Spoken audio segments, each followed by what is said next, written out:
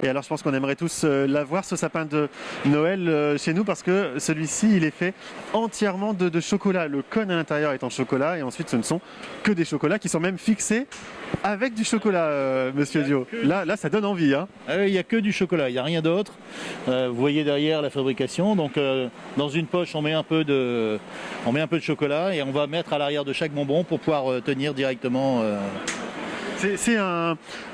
Chaque année, on le voit, ce sapin de Noël, chaque année, on a envie d'y goûter. Mais la question que j'ai envie de vous poser, c'est comment on fait chaque année pour se renouveler, pour faire en sorte que les recettes soient nouvelles, peut-être, pour donner envie aux gens d'acheter les chocolats. Déjà, on a de la chance, c'est un produit plaisir. Il y a très peu de gens qui n'aiment pas le chocolat, donc déjà quelque part c'est une chance.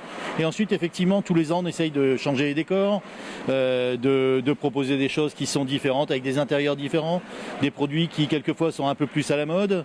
On a une gamme très large, hein. On a l'une des gammes les plus étendues chez les chocolatiers et donc ce qui nous permet de voir un petit peu les sortes qui tournent, puis de se dire celle-ci a fait son temps, il est temps de changer et puis de remettre une nouvelle recette en action. Alors, chocolatier depuis plus de 30 ans, si je ne me trompe pas. En ce qui me concerne, ça fait déjà 40 ans que je suis chocolatier. Ah bon voilà, j'étais pas très loin. Hein, voilà. Et j'imagine toujours le même plaisir et cette envie de faire plaisir. Finalement, votre métier, c'est ça, c'est de faire plaisir aux gens. Ça se voit pas. Vous faire plaisir aussi. Ça se voit pas du tout. Mais bon, effectivement, le jour où on arrête de se faire plaisir ou autre, il vaut mieux changer de métier. Et puis on va faire quelque chose d'un peu moins gourmand. Mais effectivement, la gourmandise, c'est quand même quelque chose qu'on aime faire partager. Qu'est-ce qui est important quand on crée des chocolats? Alors, il faut qu'ils soient beaux, c'est vrai, mais en termes de qualité, j'imagine que c'est le choix des matières premières qui est importante. Le choix des matières premières est très important, surtout chez nous, chocolatiers français, où en fait, on va dire qu'on travaille toujours avec des recettes qui sont équilibrées. Ce qui est important, c'est le goût, c'est les différentes saveurs qu'on peut retrouver à l'intérieur. Hein. C'est un peu comme le vin, c'est-à-dire qu'on doit retrouver toutes les notes de ce qu'on met à l'intérieur. Et en fait, nous, on fabrique le dessert sur le repas. Donc, c'est la note la plus importante parce que c'est celle sur laquelle vous allez rester. Et si le chocolat n'est pas bon, vous direz j'ai pas bien mangé. Oui, donc le chocolat est important. Voilà, c'est vrai que c'est ce qui reste à la fin. Ouais. Et il faut plaire autant aux adultes qu'aux enfants. D'ailleurs, les plus exigeants, c'est qui? Ce sont les enfants ou ce sont les adultes? Non, c'est les adultes forcément, puisque en fait on va dire quelque part ils s'imaginent qu'ils savent ce qu'ils achètent, enfin qu'ils savent ce qu'ils veulent. Et en réalité c'est toujours l'âme d'enfant qui parle. Donc vous les voyez en arrivant et ils disent moi je veux un chocolat noir à 70-80%. Puis au final ils se retrouvent avec un chocolat lait parce que c'est celui-là que leur âme leur réclame. Oui, finalement, ça rappelle des souvenirs aussi, le chocolat. Et c'est ce qu'on a envie de retrouver quand on en mange. C'est l'âme d'enfant, c'est le plaisir d'antan, c'est des saveurs que on a découvert à un moment donné, qui nous ont fait plaisir et qui font qu'on y revient toujours. Ouais. Alors, la star du chocolat cet hiver, est-ce qu'il y en aura une? Est-ce qu'il y aura un bonbon au chocolat en particulier qui sera la star, qui se démarque, qu'on aura envie d'acheter? J'irai non, on a une telle gamme, on a un tel choix, justement pour pouvoir faire plaisir à tout le monde. La star, c'est le chocolat avant tout, et on s'aperçoit que tout ce qu'on peut sortir en chocolat, généralement, ça fonctionne bien. On a des saucissons, on a des imitations de chocolat maroilles, on a des imitations de chocolat en cigare, les sapins ou autres.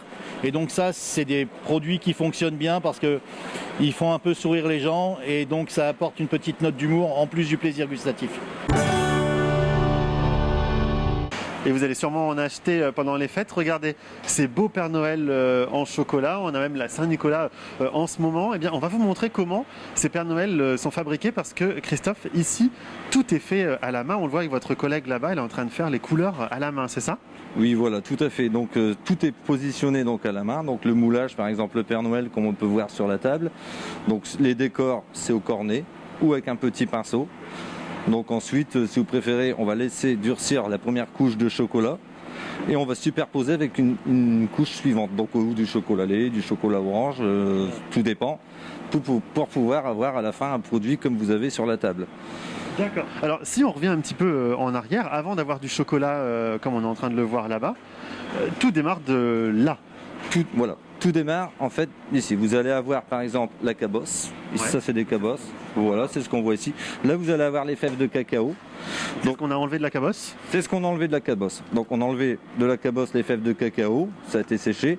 Ensuite, ça va être torréfié. On va torréfier ces fèves et de cette fève, on va lui extraire sa poudre qui donne le goût au chocolat, la poudre de cacao et son beurre. Son beurre de cacao, voici, voilà. Voilà. Oui. Par exemple, le beurre de cacao, là, il est à 30 degrés. Vous voyez, voilà comment il est. Le beurre de cacao, lui, son rôle dans le chocolat, c'est de faire durcir le chocolat. Donc voilà, vous voyez, là, j'en avais mis juste avant. On l'a mis il y a quoi, il y a 5 minutes à peu près celui-là. Ouais, voilà, il y a 5 minutes. Et là, voilà, vous avez le produit qui durcit. Donc le beurre, son rôle, c'est de faire durcir et la poudre de donner le goût au chocolat.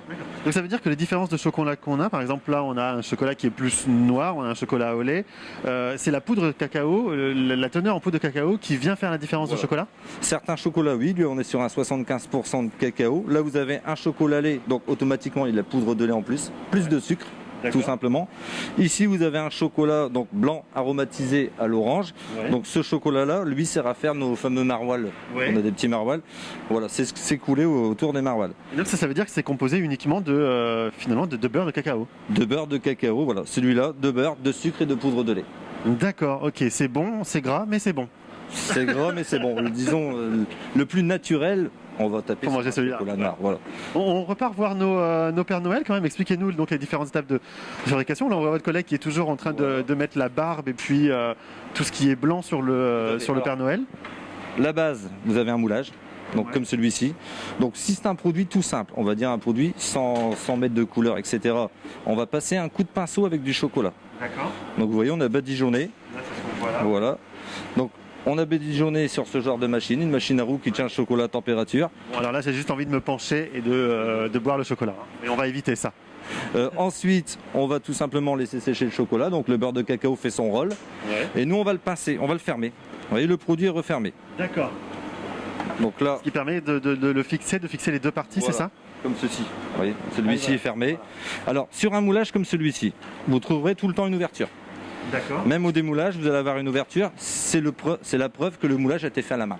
Ah, c'est vrai que les chocolats qu'on achète en magasin qui sont industriels, ils sont fermés en dessous. Ils sont fermés partout. Donc nous, on ne peut pas vous dire que chaque produit va faire le même poids parce que c'est fait à la main. D'accord. Donc ça veut dire que vous mettez le chocolat dedans et après ça se vide. Voilà, je vais vous montrer, oui. Et si on met par exemple les couleurs, bah là on est directement sur un moulage qui est à peu près 5 à 6 fois plus long qu'un moulage tout simple. Alors montrez-nous rapidement ce moulage et puis on terminera sur ces belles images de ce beau Père Noël en chocolat qui va naître sous nos yeux.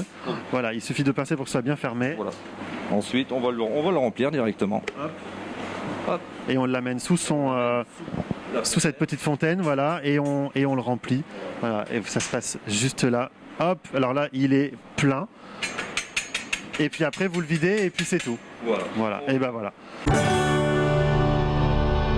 Alors on vous a montré tout à l'heure comment on fabriquait ce chocolat. Alors maintenant c'est important de voir les produits finis parce qu'il y en a plusieurs, Christelle. Alors on a les intemporels et on a aussi des choses un peu plus particulières qu'on montrera tout à l'heure. Mais parlez-nous déjà de ce qu'on retrouve toute l'année là. Alors, ce que l'on va retrouver toute l'année, c'est un petit peu tout ce qu'on va trouver chez les chocolatiers.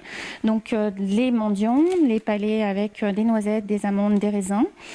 On va retrouver également les tuiles en 4 couleurs. Alors, qu'est-ce que c'est bon ça? Ça. Les floréales, donc ce sont des petites caracs en forme de fleurs. D'accord. Donc là, il n'y a pas du tout d'intérieur. Et puis, on a un produit un petit peu particulier qui permet de satisfaire les personnes qui sont désireuses de faire attention à leur ligne ou les diabétiques. Donc, une gamme de chocolat sans sucre. Ah, donc maintenant, il y en a vraiment pour tout le monde du chocolat. On ne doit plus être complexé de manger du chocolat. On peut y aller. Exactement. Super. Alors, donc ça, ce sont les intemporels. On a aussi après les... Ah, bah, allez-y, pardon. Également, les orangettes. Ah, oui. Et puis, on fabrique les florentins. Franchement, il y en a pour tous les goût. On peut composer sa petite boîte, son Valentin, voilà, comme tout chocolatier. Là, il y a des stars dans ces chocolats-là. Oui, on a le Crocantine, un délicieux praliné pistache, amande, noisette. Oh là là là là, n'en dites pas plus. On le découvrira après dans les spécialités avec le saucisson. D'accord. Et donc tout ça, en fait, les pralinés, ganaches en enrobage noir, lait blanc, on on les propose en coffret, en ballotin. Et puis là également, il y en a pour tous les goûts. Ah, génial. Également toute la gamme de Tout ce bouchées. qu'on- Voilà, des rochers feuilletés, des rochers pralinés, des ganaches blanches avec de l'écorce d'orange et du grand marnier. Ça, c'est ce qu'on a vu tout à l'heure en haut du sapin dans l'atelier. C'est ça. D'accord. Oui. Génial. Et alors, vous venez de dire un mot qui m'interpelle. Vous avez prononcé le saucisson. Oui. Alors, C'est quoi cette histoire de saucisson? pas de charcuterie. Il s'agit d'un saucisson en chocolat. Donc là, on a une jolie composition. On sur dirait un laquelle- vrai saucisson. Exactement. Donc vous êtes sur un praliné au lait avec de la pistache, des amandes, des noisettes concassées et passées au torréfacteur. D'accord. Ensuite, c'est roulé dans le chocolat noir, puis dans le sucre glace pour lui donner cet aspect un peu Oh là là là là là. Là, je vois un célèbre fromage de chez nous. Voilà, exactement. Donc, un beau trompe-l'œil fabriqué à base d'un praliné au chocolat noir, pistache, amandes, noisettes et nougatine. Le chocolat qui l'entoure est à l'orange. D'accord. C'est ce qu'on a vu tout à l'heure dans l'atelier aussi. Il y avait une grosse plaque de chocolat orange. Oui, c'est ça. Et puis, le caprice des Dios. Donc là, on est sur un praliné au tourne espagnol, pignon de pain, cannelle, miel. Caprice des dios, c'est bien trouvé. Hein. C'est mignon. Et puis, le camembert.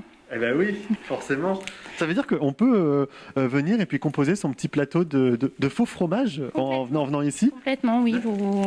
Vous sélectionnez. Vous avez également les endives. Ah, mais les endives, où sont-elles? Ah oui, alors on va bien les montrer.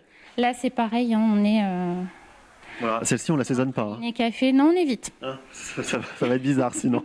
Donc un praliné café. Un praliné café en enrobage blanc. Bon, bah super. J'imagine que là, ça va commencer à être le plein boom avec les fêtes qui approchent. Oui, on a déjà pas mal de commandes. Et puis, les marchés de Noël. Ouais. Donc là, on en fait deux. Un à l'abbaye de Vaucelles et un au domaine de la Marlière. D'accord. Donc, ça nous permet de faire découvrir nos produits à des personnes qui ne nous connaissent pas encore. Bon, bah écoutez, merci beaucoup Christelle, et merci à vos collègues de nous avoir ouvert les portes de l'atelier. Et puis, eh bien, n'hésitez pas, le chocolat, c'est vraiment ce qu'on aime quasiment tous. Ça fait plaisir, c'est un petit cadeau qui fait plaisir. Alors, n'hésitez pas, chocolat 100% français, et il est excellent.